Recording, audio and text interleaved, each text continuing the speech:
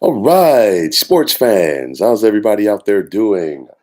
William Martin coming at you one more time here on YouTube with another edition of the 300 Pounds of Sports Knowledge Podcast. You have to forgive me this evening, folks, as I'm obviously dealing with a sore throat, but you know what? We're going to work through this. And what I am working through and what I want to talk about tonight is the upcoming Major League Baseball season for the National League West. And it's going to be interesting to see if anybody is going to be able to overtake those Los Angeles Dodgers. I mean, the Dodgers have just run roughshod over this division in recent years. Last year, we saw the Dodgers cruise to 111 wins during the regular season, but unfortunately for them, it just didn't pan out in the playoffs. And who knew that the team that the Dodgers has been punking on the baseball diamond, the San Diego Padres. But nonetheless, the Dodgers are looking to win their second World Series title in the last 4 years. And in order to get it done, some guys are going to have to step up in their lineup. And I'm going to start with Mookie Betts. I mean, first and foremost, Betts still hits for power, but he's got to hit for average again. Excuse me, like he was during his MVP year with the Boston Red Sox. And then on top of that, once you factor in the Dodgers losing Trey Turner and free agency to the Phillies, they need Mookie Betts to be that table setter again at the top of their lineup as a guy who can not only just get on base but disrupt things. So it's going to be interesting to see how this season works out for Mookie Betts. Year two for Freddie Freeman with the Dodgers. Freeman was solid. I still expect him to be a 300 hitter once again. Obviously, had a little bit of an injury during the World Baseball Classic, but I think Freddie Freeman will be good to go. Losing the Turners, and I have briefly alluded to this, talking about Trey Turner, but also Justin Turner. Justin Turner's been a long-time Los Angeles Dodgers staple at third base. He's now a Boston Red Sox. And losing Trey Turner again at the top of that lineup, who is going to step in and fill those voids? And I think for me, Justin Turner a little bit more, being that he was a guy in that lineup for so many years, and now all of a sudden he's not gone. One thing I do like that the Dodgers did this all season was picking up JD Martinez from the Boston Red Sox. And for the life of me, I can't understand why there was not more of a buzz for JD Martinez in free agency. All he does is hit. And I mean, hit for power, hit for average, drive in runs, a quality guy in the middle of a lineup. And of course, with the universal DH now, I think JD Martinez is definitely going to have an impact for this Dodgers team. On top of that, this is a guy who knows how to hit to all fields, especially right and right center. And I think he could flourish in that role at Chavez Ravine. But for the Dodgers, we talk about their lineup, but of course, still their bread and butter is their pitching. And I mean, the Dodgers 2.80 team earned run average last season led the National League, and they have the potential to be one of the top pitching staffs once again. Julio Urias is a solid starter. You got Tony Gonsolin, the veteran Clayton Kershaw, probably going to be his last year. But you know what? He's only been in a Dodgers uniform, and I think it's fitting for him, if this is his last year, to finish his career in LA with the Dodgers. You get a guy like Dustin May back, and then at some point, Walker Bueller should return to the Dodgers after Tommy John surgery.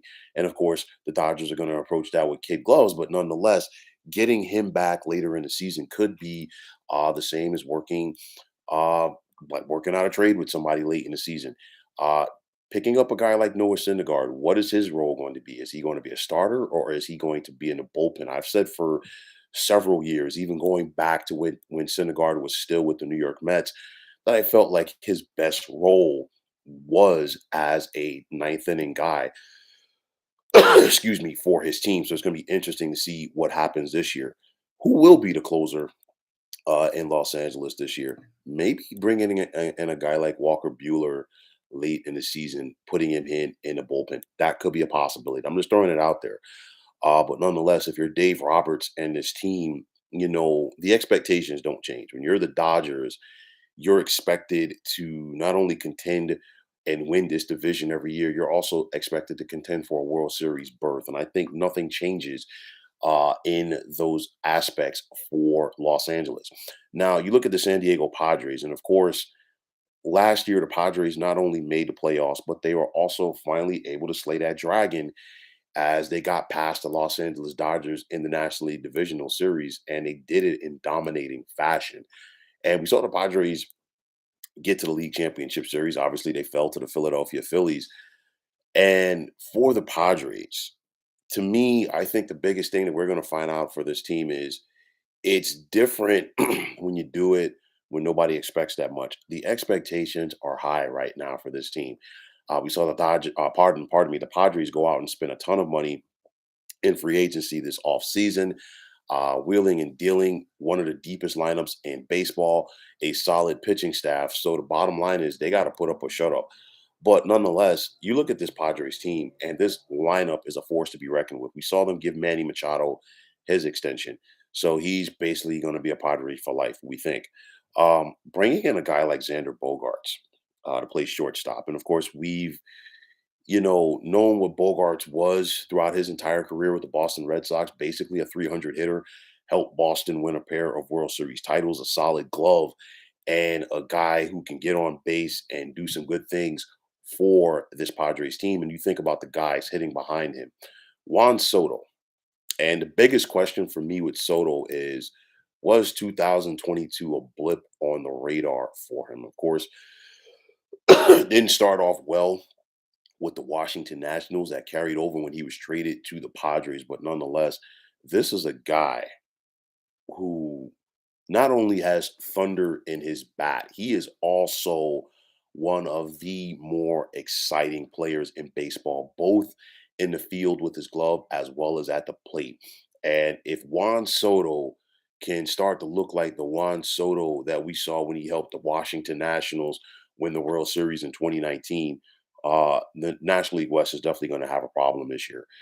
You bring in veterans such as Matt Carpenter and Nelson Cruz, and both of these guys are important because Nelson Cruz is going to be a guy that's going to be respected in that locker room, and then you have Matt Carpenter, who is a professional. And I'm not just going to say a professional hitter, a professional, period, and that is what you need on championship teams. You need guys like that to set the tone. The return of Fernando Tatis Jr. at some point, and I'm sure he's going to be humbled after the suspension, and I think he's going to be hungry. So it's going to be interesting to see how this Padres lineup looks. And then you look at the pitching staff. You got Yu Darvish, you got Joe Musgrove, and Blake Snell. That trio right there could go up against just about any trio that any team around MLB will produce this season. Redemption for Josh Hader here in this year, possibly.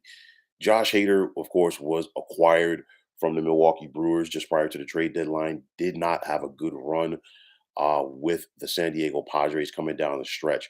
Will that carry over into this season, or will he go back to being the dominant closer that we saw for several years with the Milwaukee Brewers? So, if you're manager Bob Melvin, and I think Bob Melvin is the perfect manager for this team because he knows how to manage different personalities and characters. And I think the San Diego Padres team has it. And for me, it's just going to be interesting if they're going to be able to live up to that hype. Now, for the San Francisco Giants, they thought that they were going to be players in the offseason, and it just didn't happen. They had the 13-year deal with Carlos Correa. They didn't pass him on his physical. Of course, the Mets thought they had him. They didn't pass him on his physical, and then he ended up back with the Minnesota Twins. And then, of course, that was the centerpiece for the Giants for this offseason. And of course, it fell through. Now, one thing I will say about the Giants and manager Gabe Kapler, with the exception of 2021, where we saw the Giants, have a career year winning more than 100 games, he's been a 500 manager throughout his MLB career, whether it was with San Francisco or Philadelphia. So, with that said, can you really expect this Giants team to push for a postseason spot in the West? It's one of those where, excuse me, this Giants team has a lot of what ifs this year. Redemption maybe for Michael Conforto. Conforto missed the entire 2022 season following shoulder surgery. A couple of years ago with the Mets, Conforto looked like he was going to be the guy with his swing at the plate, and just something has it's like has gone wrong, and it hasn't clicked. Maybe the shoulder surgery was just what he needed. We have to wait and see on that. Which version of Mitch Haniger are the Giants going to get this season as they sign him to a 3-year deal over the offseason? We got to wait and see. Jock Peterson's back. And, Jock Peterson is a guy, he's not going to hit for average, but he's going to bring excitement.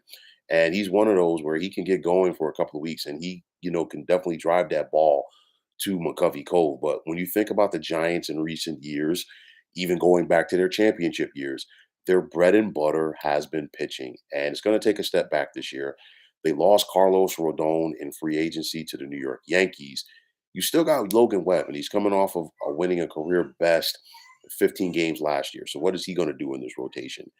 The Giants have one of the best closers in baseball that a lot of people don't talk about, and Camilo Doval. And I say that because the Giants have not been well, they weren't a contender last year. Because of that, they kind of flew under the radar.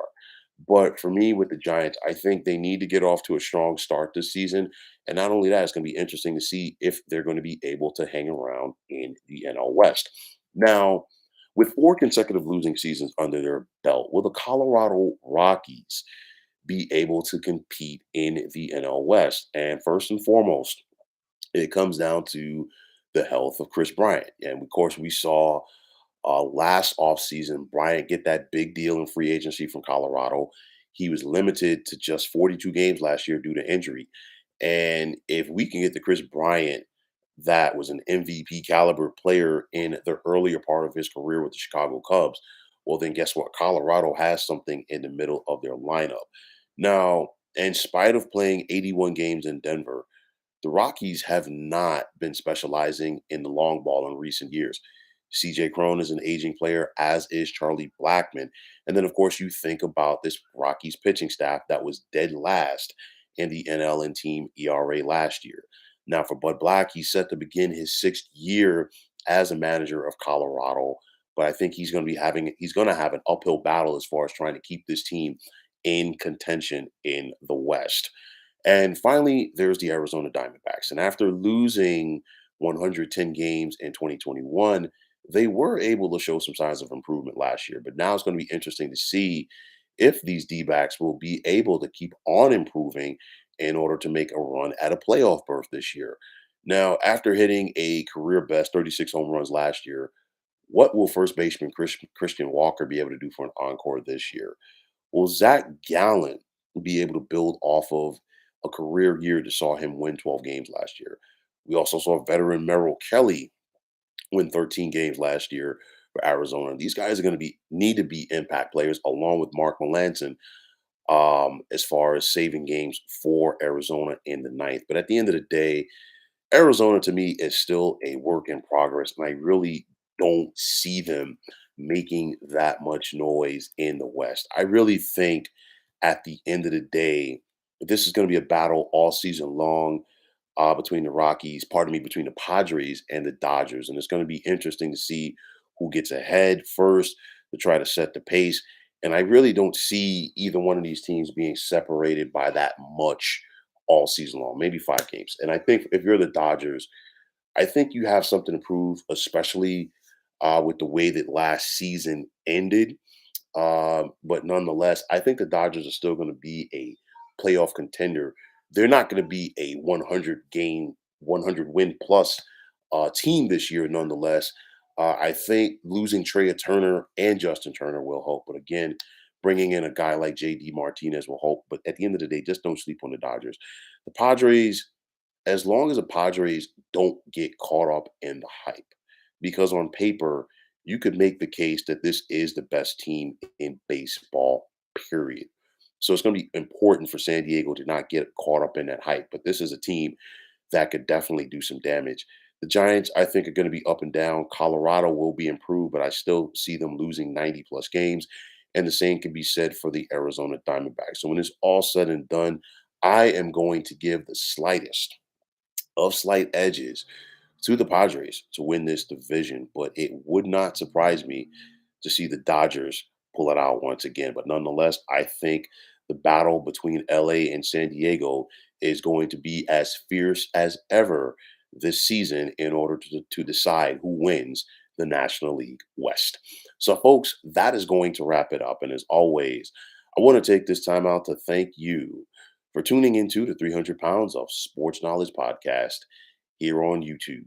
I want to take this time out to thank all of you fine folks out there for tuning in. And if you have not already, please feel free to subscribe to this channel.